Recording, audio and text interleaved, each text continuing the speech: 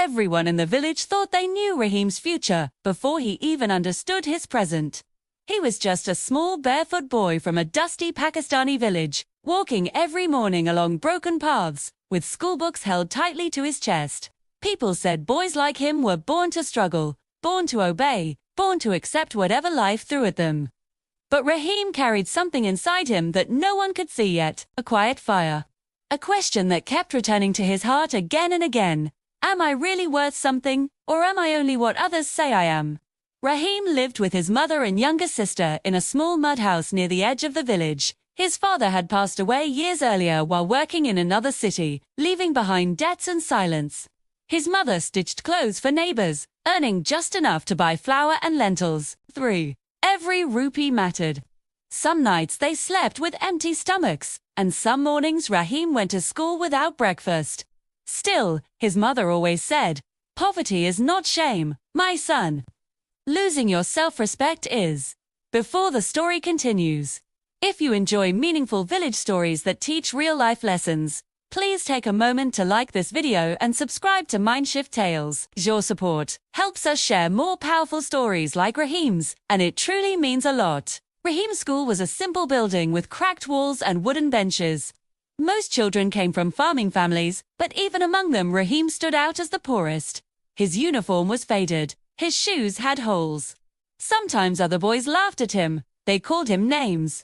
They mocked his torn bag and dusty clothes. At first, Rahim tried to ignore it, but words have weight, especially when you hear them every day. One afternoon during lunch break, a group of boys surrounded him.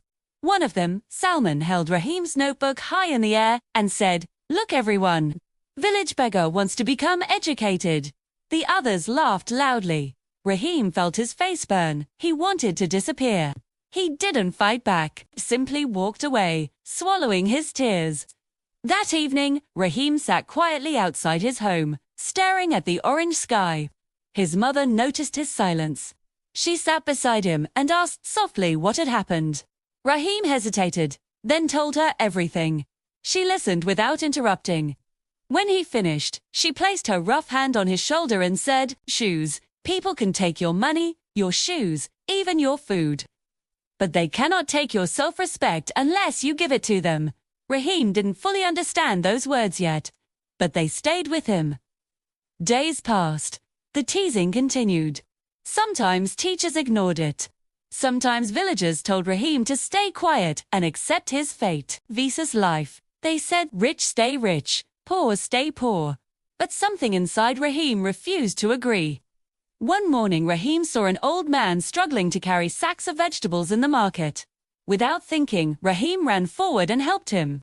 The old man smiled warmly and thanked him. Then he handed Rahim a small apple. Rahim tried to refuse, but the old man insisted. That apple tasted sweeter than anything Rahim had ever eaten, not because of its flavor, but because it was earned with dignity. From that day, Rahim started helping wherever he could. He swept the mosque courtyard in the mornings.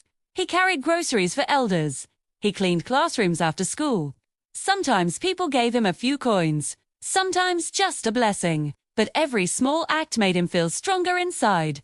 One evening, Rahim found a torn English book near the garbage area behind the school.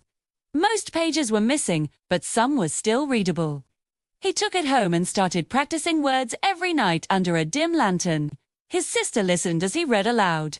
His mother smiled quietly, watching her son build a future from broken pages. At school, Rahim began answering questions more confidently. His teacher noticed his improvement and started encouraging him. Slowly, other students stopped laughing. Some even asked Rahim for help with homework.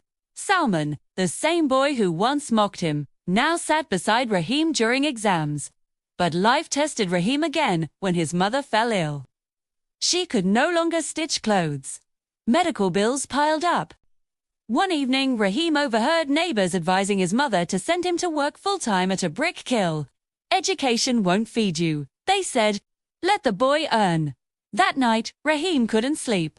He knew working full-time meant leaving school forever. He sat beside his sleeping mother and felt fear rise in his chest. But then he remembered her words about self-respect. The next morning, Rahim made a decision. He went to the village shopkeeper and asked for part-time work in the evenings. Then he approached his teacher and explained everything. The teacher helped arrange free tuition and spoke to a local charity for medical support.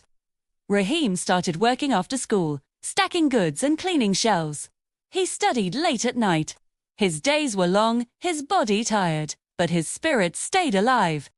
Every time he felt weak, he reminded himself that he was not a victim of his situation, he was a student of it. Months passed, his mother slowly recovered. Rahim continued balancing work and studies.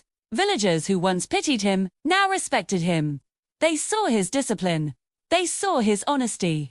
They saw a boy who refused to bend. Years later, Rahim stood on a small stage in the nearby town, receiving an academic scholarship. Tears.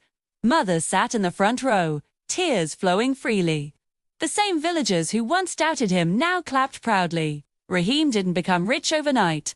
He didn't suddenly own big houses or cars, but he gained something far greater. He gained self-respect, and that changed everything. He later returned to his village during holidays to teach younger children for free. Holiday. He told them, never let anyone decide your worth. Respect yourself first, and the world will follow. Stories like Rahim's are exactly why MindShift Tales exists. To remind us that strength doesn't come from money or status, but from how we treat ourselves when life becomes hard. If this story touched your heart, please write in the comments what self-respect means to you. Share this video with someone who might need this reminder today. And Dan T, forget to like and subscribe to MindShift Tales for more powerful village stories that change how we see life. Because sometimes, all it takes is one small boy from a quiet village to teach the world a big lesson.